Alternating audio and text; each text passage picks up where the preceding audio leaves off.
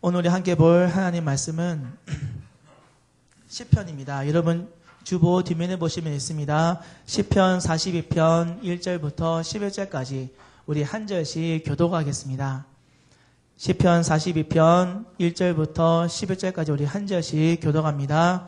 하나님이여 사슴이 시냇물을 찾기에 갈급함 같이 내 영혼이 주를 찾기에 갈급하니이다.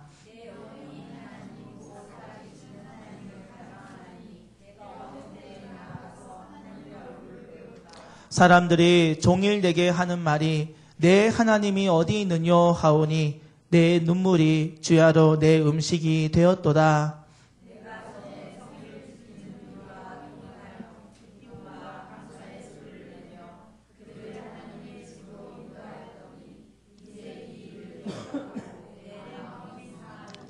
내 영혼아 내가 어찌하여 낙심하여 어찌하여 내 속에서 불안해하는가. 너는 하나님께 소망을 두라. 그가 나타나 도우심으로 말미암아 내가 여전히 찬송하리로다.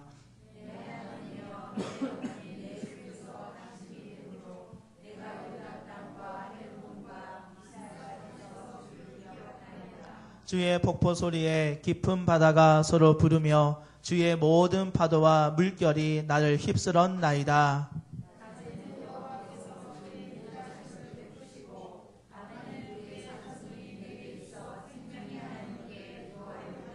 내 반석이신 하나님께 말하기를 어찌하여 나를 잊으셨나이까. 내가 어찌하여 원수의 압제로 말미암아 슬프게 다니나이까 하리로다.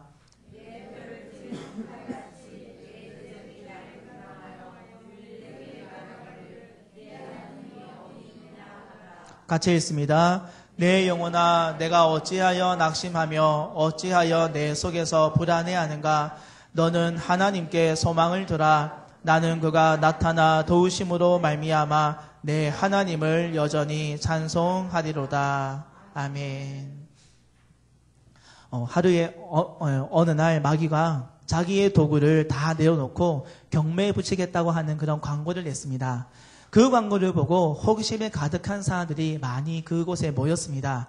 이거 마귀가 쓰는 도구가 도대체 무엇인가 정말 궁금해하면서 신기해하면서 그곳으로 함께 나아갔습니다.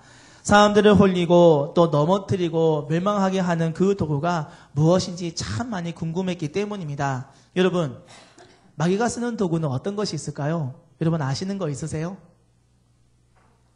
네, 걱정. 또 뭐가 있죠? 네, 또 근심이 있습니다. 또 뭐가 있죠? 예, 우리가 알고 있는 것 중에 좀 안 좋은 것이 다 그겁니다. 네, 뭐 시기하는 거, 뭐 질투하는 것, 또 뭐 탐욕, 예, 또 욕심내는 것, 이런 이 모든 것이 다 마귀가 가지고 있는 그런 도구입니다. 사람들이 그것을 많이 찬찬히 도와다니면서 이런 것들로 마귀가 사람들을 힘들게 하는구나라는 것을 알게 되었습니다. 그런데 여러 가지 많은 물건들을 보고 있는데 그 중에서 마귀가 비매품이라고 금액을 적어놓은 그런 물건이 하나 있었습니다. 그래서 사람들이 물어봅니다. 도대체 이것은 어디에 쓰는 겁니까? 어디에 쓰는 것이길래 이렇게 비매품이라고 써놓았습니까? 이것은 파는 물건이 아닙니다. 이 질문에 마귀는 이렇게 대답합니다. 이것은 아주 귀중한 물건입니다. 그래서 이것은 팔 수 있는 그런 물건이 아닙니다. 내가 하는 일에 둘도 없이 아주 귀중하고 아주 소중한 그런 물건입니다. 이 도구를 사용하면 즉시 효과가 나타납니다. 여러분, 사람들이 웅성웅성거렸습니다. 도대체 그 물건이 무엇일까요? 그래서 다른 사람이 물어봅니다. 그럼 그 물건의 이름은 무엇입니까? 라고 물어봤더니 마귀가 대답합니다. 이 물건의 이름은 바로 낙심입니다. 이것만 가지고 사람들에게 탁 내어주기만 하면 그 사람은 내가 원하는 대로 무엇이든지 할 수가 있습니다. 라고 대답을 하는 겁니다.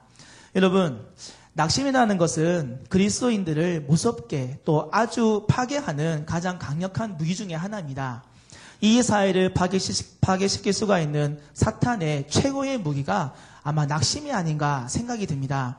낙심은 또 마음의 병균입니다. 우리에게 가장 나쁜 그런 바이러스입니다. 한 사람이 낙심이 딱 생기면요, 그 한 사람만 낙심이 생기는 것이 아니라 그 주위에 그 그 사람과 함께 또 대화하고 함께 또 있는 그 모든 사람들이 같이 또 함께 걸리는 그런 아주 무서운 그런 바이러스입니다. 여러분 그것이 교회라고 해서 다를 바가 있을까요? 아마 없을 겁니다. 여러분 교회 안에 신앙의 공동체 중에서 혹시나 한 명이 낙심이 든다면 그 한 사람을 통하여서 그 쿰이, 그 모임이, 그 무리가 전체가 무기력하게 되는 것을 볼 수가 있습니다. 여러분 우리말 사전에 보니까 낙심이라고 하는 말이 떨어질 낙자의 마음 심자입니다. 이것을 풀어서 말하면 바라던 일이 이루어지지 않아서 마음이 상했다라고 하는 그런 뜻입니다. 여러분 이것에 비슷한 말이 낭망이라는 말이 있습니다. 이 말은 떨어질 낙자의 바랄 망자입니다. 바로 희망을 잃어버렸다라고 하는 그러한 뜻입니다. 또 히브리어로 낙심은 풀이 죽게 하다, 또 구부리다, 누이다 라고 하는 그러한 뜻이 있습니다. 병균에 감염되면 여러분 사람은 어떻게 됩니까? 몸에 축 처집니다. 또 누워서 꼼짝 못하게 됩니다. 여러분 낙심도 이와 똑같은 상태로 만듭니다. 또 낙심이 마음에 감염되면 그 사람은 희망을 잃어버립니다. 그래서 그 사람은 무기력해지고 어떤 일을 하다가도 쉽게 그냥 포기해버리는 그러한 모습들을 보게 됩니다. 또 사람도 만나기 싫어합니다. 일하는 것도 싫습니다. 또 여러분 신앙인들 중에서 낙심이 들면 교회에 나가는 것도 싫습니다. 그래서 언제나 후회, 또 아픔, 또 힘든 이런 것들이 계속해서 그 사람을 사로잡게 됩니다. 그럼 여러분 우리는 왜 낙심할까요? 어떤 때에 여러 가지 이유 중에서 많은 것들이 있는데요. 그 중에서 기대에 어긋나는 결과 때문에 낙심합니다. 또 어떤 결과가 이루어지지 않은 것을 기다리지 못하기 때문에 낙심합니다. 또 사랑하는 사람을 잃어버렸을 때 낙심합니다. 또 사랑하는 사람에게서 실망을 당할 때, 여러분 어떤 때는 우리 속된 말로 차일 때 여러분 낙심을 합니다. 내 꿈이 좌절된 것처럼 느껴질 때 낙심을 하고요. 또 선하게 일을 했는데도 그 결과가 잘 드러나지 않고 잘 되지 않을 때 낙심합니다. 또 기도를 함께 나와 기도하는데 기도의 응답이 아직까지 없을 때, 또 내가 생각하는 시간보다 더 늦어질 때 우리는 낙심하는 경우가 생깁니다. 여러분 오늘 본문에 있는 제목을 보면 우리 성경에 보시면 그 1절 바로 위에 소제목이 있습니다. 그 소제목을 보면 고라 자손의 마스길이라고 하는 소제목이 붙어 있습니다. 고라 자손은 모세가 이스라엘 민족과 광야에 있을 때 성막 문지기와 성막을 섬기는 일을 담당했습니다. 후에 고라의 후손들은 성전에서 찬송을 부르는 그러한 일도 담당했습니다. 고라 자손은 레위 지파에 속한 혈통이며 하나님께 선택을 받아서 특별하게 헌신을 하는 그러한 무리들입니다. 하나님의 선택을 받아 하나님이 거하시는 성막에서 일을 하는 그러한 자손들입니다. 게다가 고라는 모세의 친척입니다. 그런데 이 고라는 성질이 오만하고 성취욕이 강하며 욕심이 많은 그러한 사람이었습니다. 또한 명예욕에 있고 우월감이 높고 다른 사람에 대해서 비판적이고 남의 업적을 과소평가하는데 앞장섰던 그러한 사람이었습니다. 여러분 민수기 16장을 보면 르우벤 지파의 다단과 온과 아비람을 꿰어서 유력한 족장 250명을 충동하여서 그들과 이 고라가 공모합니다. 바로 모세와 아론을 반역하기 위해서 함께 모여서 공모를 한 것입니다. 이로 인하여서 고라와 다단과 온과 아비람은 그 가족과 함께 250명의 족장이 하나님의 심판을 받아서 땅이 갈라져 산채로 음부에 내려가는 그런 멸망을 받았습니다. 하나님을 찬양하는 자, 또 좋은 혈통에 있는 자, 또 영적으로 아주 훌륭하게 많은 사람에게 영향을 끼칠 수 있는 그런 사람이 돼도 그의 그 결과가 불행한 결과를 낳는 것을 우리가 민수기 10장 말씀을 통하여서 볼 수가 있습니다. 그래서 그 후손들은 시편을 보면 고라 자손의 마스길이라고 하는 기록을 하면서 그들은 그 전에 자신의 조상들이 했던 것을 다시 하지 않겠다 하는 그런 마음을 가집니다. 여러분 마스길이라고 하는 뜻은 교훈이라고 하는 뜻입니다. 고라의 자손들은 자신들의 선조의 잘못들을 다 알았습니다. 또 무엇을 잘못하였고 어떻게 잘못했는지 이 모든 것을 다 깨달았습니다. 그래서 하나님을 찬양할 때 특별히 하나님을 의지하고 하나님을 바라볼 수 있는 지혜의 교훈을 고백한 것이 바로 고라 자손의 마스길이라고 하는 그런 내용의 시편의 내용입니다. 오늘 말씀의 배경을 보면은 이스라엘의 두 번째 왕 다윗이 이스라엘을 통치할 때에 있었던 그런 상황입니다. 다윗에게는 얼굴도 잘생기고 리더십도 있는 아들 왕자가 하나 있었습니다. 그의 이름은 바로 압살롬입니다. 그는 모든 백성들이 다윗의 그 다음 왕으로 인정하는 그런 왕자였습니다. 그런데 사무엘하 15장 말씀에 보면 다윗에게 큰 환란이 생깁니다. 바로 그렇게 믿고 그렇게 좋아하며 리더십도 있고 또 다윗의 후계자로 다 인정했던 그 압살롬이 반란을 일으킨 것입니다. 아버지로서 사랑하는 아들이 큰 반역을 모의했다는 것만으로도 여러분 다윗이 얼마나 마음이 아팠겠습니까? 하지만 그는 또 부끄럽기도 하겠지만 아들과 또 맞서 싸워야 하는 그러한 상황이었습니다. 게다가 온 백성들이 압살롬의 반역을 지지하고 그를 왕으로 세우려고 합니다. 압살롬의 무리들이 다윗 왕을 죽이고 압살롬을 왕으로 세우기 위해서 혈안이 되어 있습니다. 그때 다윗을 따르던 많은 사람들이 다윗에게 말합니다. 당신의 하나님이 어디 있습니까? 당신의 하나님은 지금 왜 도와주지 않으십니까? 아무리 보아도 당신이 믿는 그 하나님 보이지를 않습니다. 라고 말합니다. 여러분 다윗의 마음이 어떨까요? 아마도 가슴이 찢어지는 그런 마음이었을 것입니다. 압살롬의 아버지로서 또 한 나라의 왕으로서 다윗에게는 낙심을 할 수 있는 그런 상황이 되었습니다. 압살롬을 피해서 예루살렘을 떠나 남쪽 광야 이리저리로 도망을 다니는 비참한 신세의 다윗을 볼 수 있습니다. 여러분 이때 이 상황에서 다윗은 시편 42편에 이러한 고백들을 합니다. 여러분 시편 42편 말씀에 보면은 낙심이 생길 수 있는 그러한 상황, 낙심이 생길 수 있는 그러한 환경에서 다윗이 어떻게 그 모든 것을 이겨내는지를 우리가 알 수가 있습니다. 그래서 고라의 후손들이 다윗의 그 고백을 듣고 나서 교훈으로 남기기 위해서 쓴 시가 시편 42편의 이러한 내용들입니다. 여러분 오늘 말씀을 통하여서 다윗은 낙심을 할 수 있는 그러한 상황에서 어떻게 하는지를 함께 나누고자 합니다. 여러분 첫 번째 다윗은요 하나님을 찾는 믿음의 사람이었습니다. 오늘 말씀 시편 42편 1절 말씀에 보니까 하나님이여 사슴이 시냇물을 찾기에 갈급함같이 내 영혼이 주를 찾기에 갈급하나이다 라고 고백합니다. 여러분 이스라엘에서 여름과 가을이 되면 사슴이 서로 짝을 찾습니다. 혹시 사슴이 짝을 찾을 때 혹시 어떻게 하는지 한번 보신 적 계십니까? 저는 TV에서 동물의 왕국에서 한번 제가 보았습니다. 여러분 사슴이 짝을 찾을 때는 엄청나게 타는 목마름을 느낍니다. 그래서 짝을 찾을 때에는 항상 물 가까이에서 짝을 찾으려고 합니다. 왜냐하면 물을 먹으면서 그렇게 짝을 찾는 그런 사슴의 습성이 있습니다. 그런데 이 이스라엘은 여러분 잘 아시겠지만 물이 참 귀한 곳입니다. 어느 곳을 가는지 간에 물이 없는 물이 있는 곳은 한 마을에 한쪽에만 있는 것을 우리 이스라엘의 지도나 그냥 땅을 보면 알 수가 있습니다. 그런데 이 사슴들이 목마름이 생겼습니다. 바로 짝을 찾기 위한 그런 상황이 된 것입니다.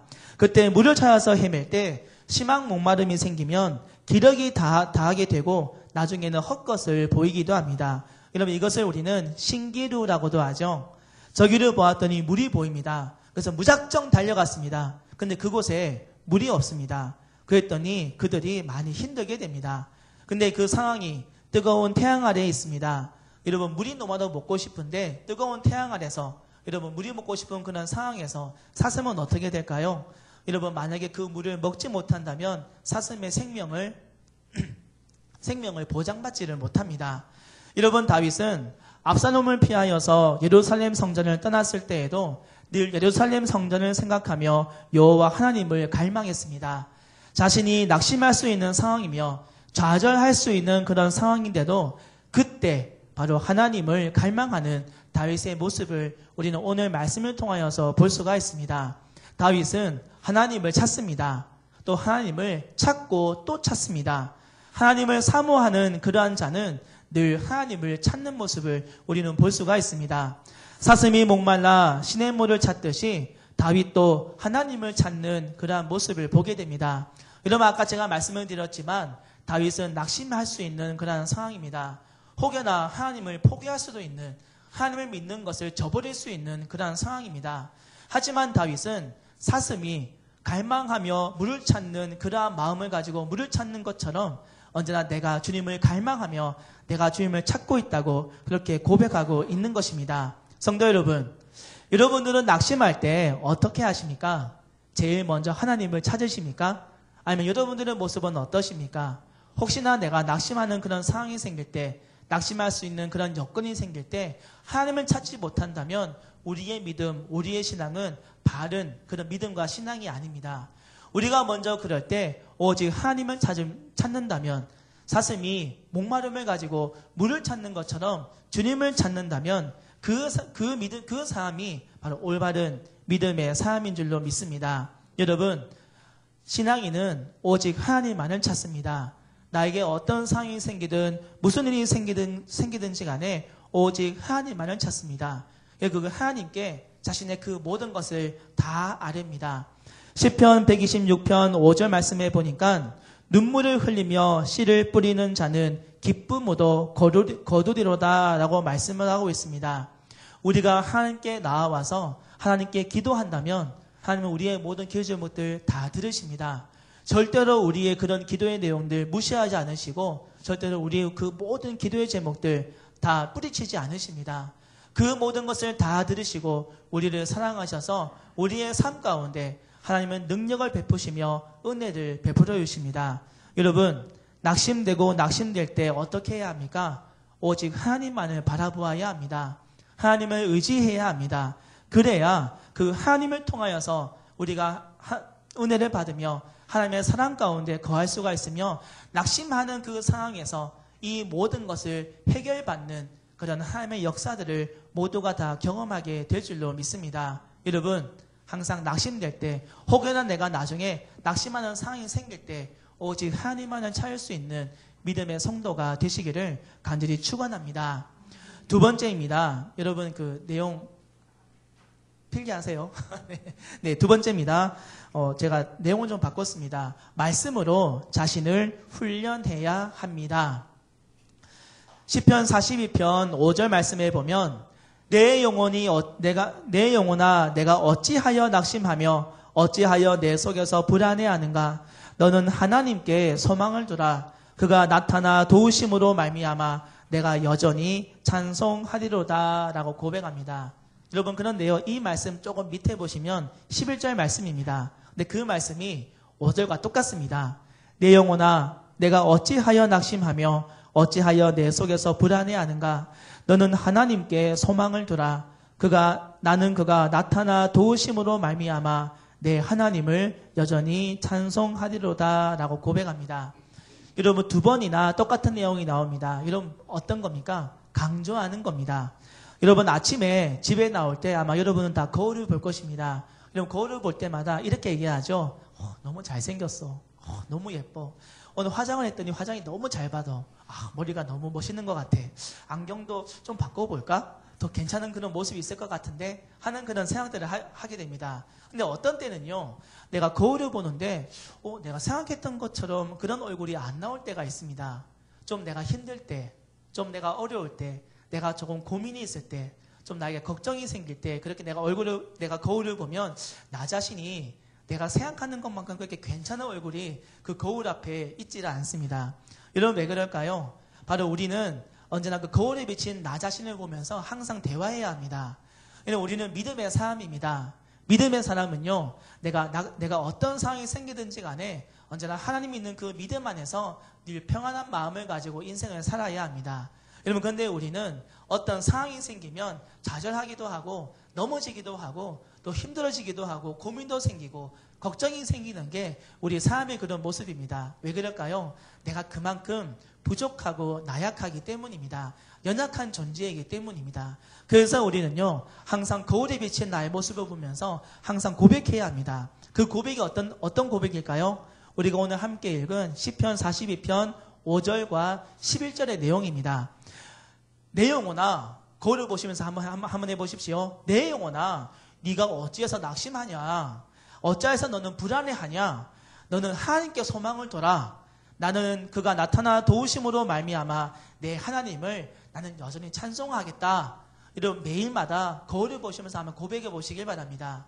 혹여나 걱정이 생기고 고민이 생길 때 이렇게 고백을 해보시면 낙심하는 마음이 사라지고요. 하나님께서 나의 마음을 붙들어 주셔서 이 모든 것을 내가 잘 해나갈 수 있는 힘과 용기가 여러분들의 마음에, 여러분들의 환경에 생기게 될 것입니다.